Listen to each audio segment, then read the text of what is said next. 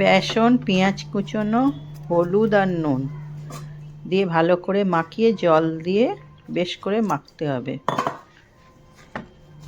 বেসনটা মাখিয়ে 1-2 মিনিট রেখে দিতে হবে একটু।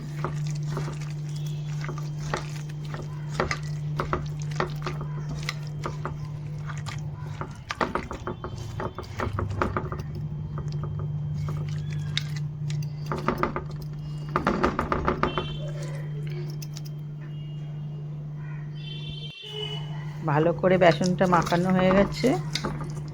এবার কড়াইয়ে তেল গরম হয়ে গেলে ছোট ছোট আকারের বড়া তৈরি করতে হবে। এটা বেসন বড়ার পোস্ত হচ্ছে। এই রেসিপিটা আমার শাশুড়ি মায়ের। আজকে শাশুড়ি মা নেই, কিন্তু এই ছোট ছোট এইগুলোই স্মৃতি। শাশুড়ি মায়ের মতো আমি ভালো পারছি না, কিন্তু তবু চেষ্টা করি।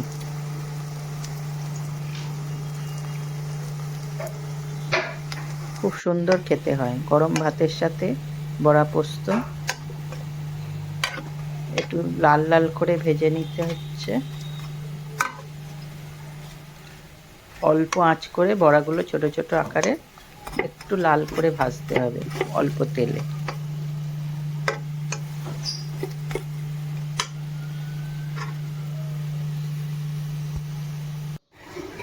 ভাজা হয়ে গেছে, বড়াগুলো তুলে নিচ্ছি।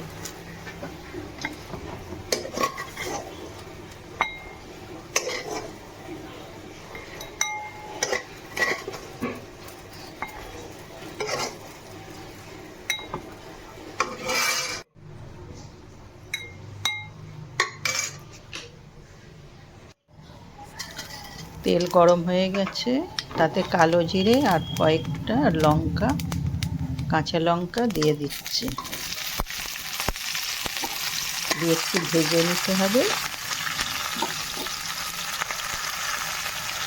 এবার পোস্ত বাটাটা ওতে দিয়ে দিতে হবে।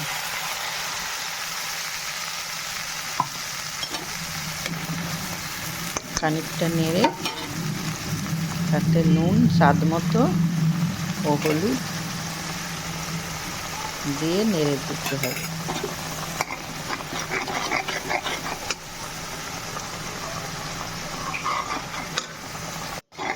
পোস্ত বাটার মিক্সি বাটির জলটা দিয়ে দিলাম।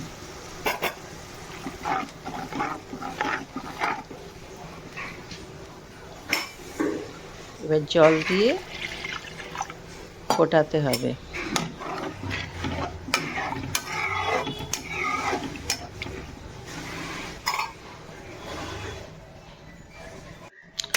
ফুটে উঠেছে, এবার বড়াগুলো দিয়ে দেবো।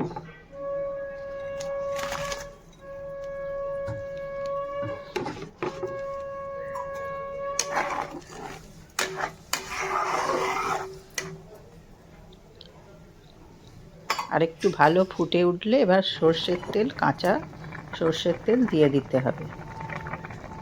2 চামচ মতো কাঁচা সর্ষের তেল দিয়ে দিলাম।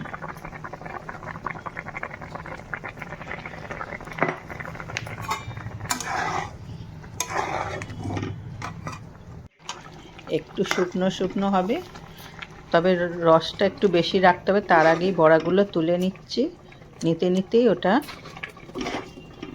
জমে যাবে। কেন বড়ায় জলটা রসটা টানবে তো।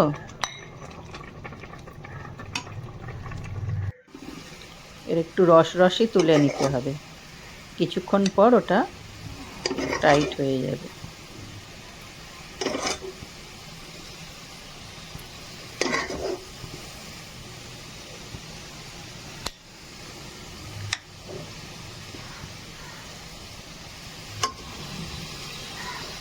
বড়া পোস্ত আমার রেডি, শাশুড়ি মায়ের রেসিপি।